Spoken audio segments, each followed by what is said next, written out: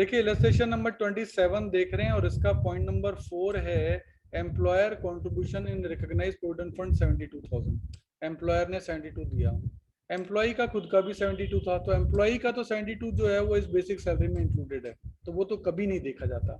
Point number 4 में जो employer का 72 दे रखा है वो अपन को देखना है। एम्प्लॉयर के कंट्रीब्यूशन में अपन को पता है 12% तक एग्जेम्प्ट होता है सैलरी के 12% के बराबर, और यहाँ लिखा है डीए चार्ज आ रहा है और ये अंडर द टर्म है और कमीशन ऑन सेल्स है नहीं, तो सैलरी का 12% तक एग्जाम्प्ट होगा, तो बेसिक सैलरी है 480 और डियरनेस अलाउंस है 48,000। इन दोनों का जो टोटल होता है वो आपका होता है 5,28,000। 5,28,000 का 12% होता है 63,360, इतना एग्जाम्प्ट है। तो एम्प्लॉयर का कंट्रीब्यूशन उसने किया था 72 में से 63 समथिंग एग्जाम्प्ट है, तो टैक्सेबल हो गया 8640। तो सैलरी का 12%, सैलरी एंड डीए का 12% आपका एग्जाम्प्ट होता है।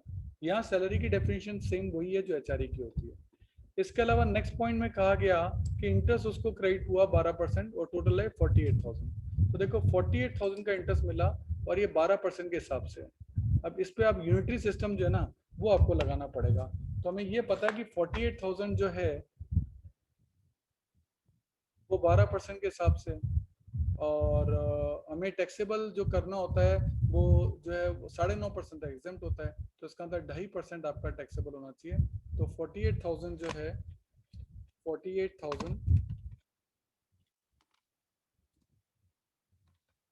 डिवाइडेड बाय 12 इंटू 2.5, ये आपका हो जाता है 10,000।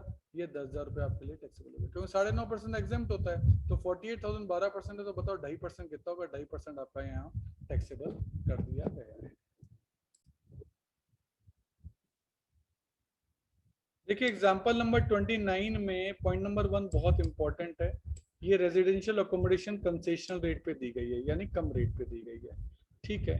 और ये the house belong to the company का मतलब है कि घर की जो मालिक है वो कंपनी है, और उसकी म्यूनिसिपल वैल्यूएशन दे रखी है। एम्प्लॉयर से इस घर का 1,000 रुपये पर मंथ रेंट लेता है, और घर जो है कोटा में है और पॉपुलेशन प्रोवाइडेड नहीं है।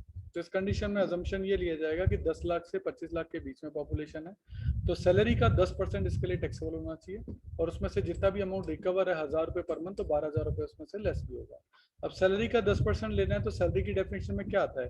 एक तो बेसिक सैलरी, एक D under the term, bonus fees commission है नहीं, एंटरटेनमेंट अलाउंस है नहीं, और अदर टैक्सेबल अलाउंसेज में भी कोई अलाउंसेज नहीं है। और इसमें एक इंपॉर्टेंट बात है, ये एक दूसरे एम्प्लॉयर के यहाँ भी काम करता है। पहले तो वो एबीसी के काम कर रहा था, फिर एबीसी के छोड़ दिया और शाम टेक्सटाइल के यहाँ काम कर लिया। तो शाम टेक्सटाइल की सैलरी भी सैलरी के कंप्यूटेशन में ऐड की जाएगी।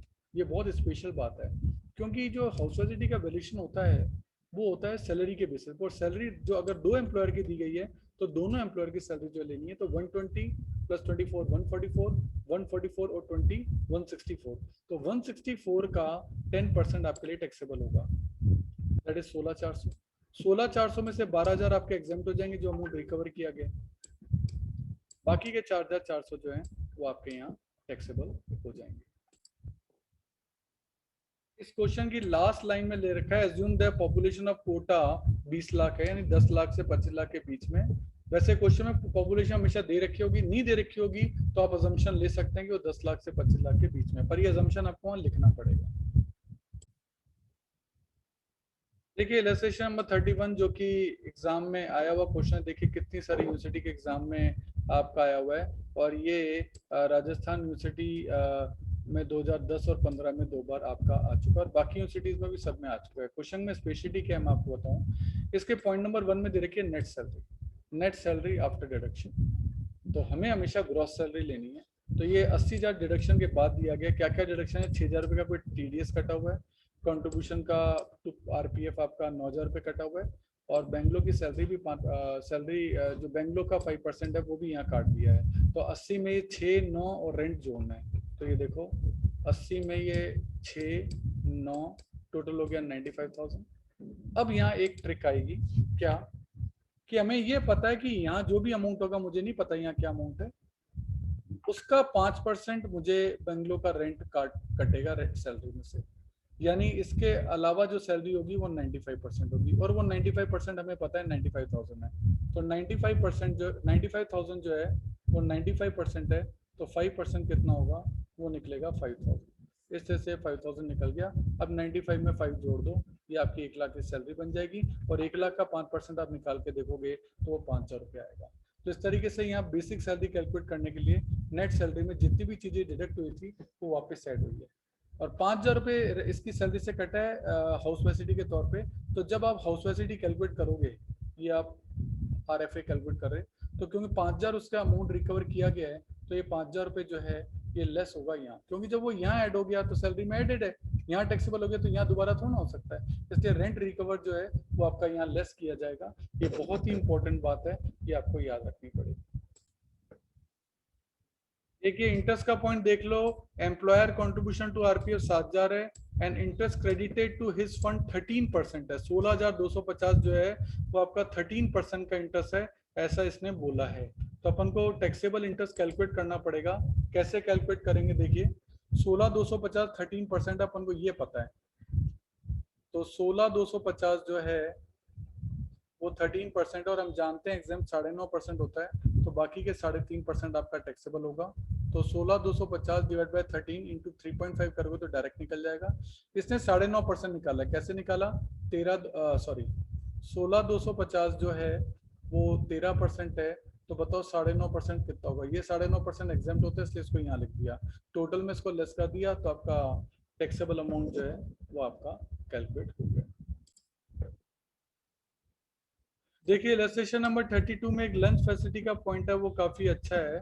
कहता है during this period he is given free lunch facility during the previous year company incurred an expenditure 24,000 for this facility. देखो लंच फैसिलिटी आपकी एग्जाम्प्ट होती है 50 रुपये पर डे के हिसाब से, और वो 6 महीने ही आ रहा है, तो 50 रुपये पर डे, और महीने में 26 दिन आपके वर्किंग माने गए 4 संडे के हिसाब से, तो 26 दिन आपके एग्जाम्प्ट हो जाएंगे, और ऐसा 6 महीने का होगा क्योंकि 6 महीने वो वहाँ रहा है, तो 50 रुपये पर डे के हिसाब से इतना एग्जाम्प्ट हो जाएगा। 24,000 में से जो एग्जाम्प्टेड अमाउंट है वो लेस हो जाएगा, बाकी के 16,200 लंच फैसिलिटी के लिए आपके टैक्स हो जाएंगे।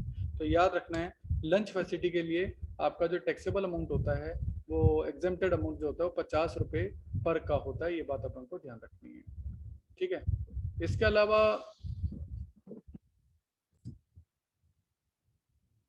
इस एग्जांपल के लास्ट पॉइंट में लिखा है company has taken an accidental insurance policy, company ने इसकी एक्सीडेंटल इंश्योरेंस पॉलिसी ली है, and a life insurance policy for the benefit, ठीक है। During the previous year company paid premium 3000 and 8000 respectively, इन दोनों पे पे किया। तो इंश्योरेंस पॉलिसी जो एक्सीडेंटल इंश्योरेंस पॉलिसी है उस पर पे किया 3000। तो मैं आपको बता दूं इंश्योरेंस और जो पॉलिसी होती है एक्सीडेंटल के लिए वो आपकी एग्जाम्प्ट होती है, तो चेक कर लो वो कहीं भी टैक्सेबल नहीं हुई। और जो LIC प्रीमियम पे किया 8,000 रुपये का, तो LIC प्रीमियम तो उसकी पर्सनल लायबिलिटी थी जो कि एम्प्लॉयर ने पे कर दी, तो ये LIC प्रीमियम जो पेड किया है ये आपका 8,000 रुपये टैक्सेबल हो जाएगा। इसके अलावा he has been given an incentive award, इसको कोई 20,000 रुपये का इंसेंटिव मिला कि आप अपना काम को जो इकोनॉमिकली कर रहे हो इसके लिए हम आपको 20,000 रुपये का इंसेंटिव देंगे, तो ये भी इसकी एक एक्स्ट्रा इनकम मानी जाएगी, और ये इंसेंटिव अवार्ड और एज इट इज जो है वो आपका टैक्सेबल हो जाएगा।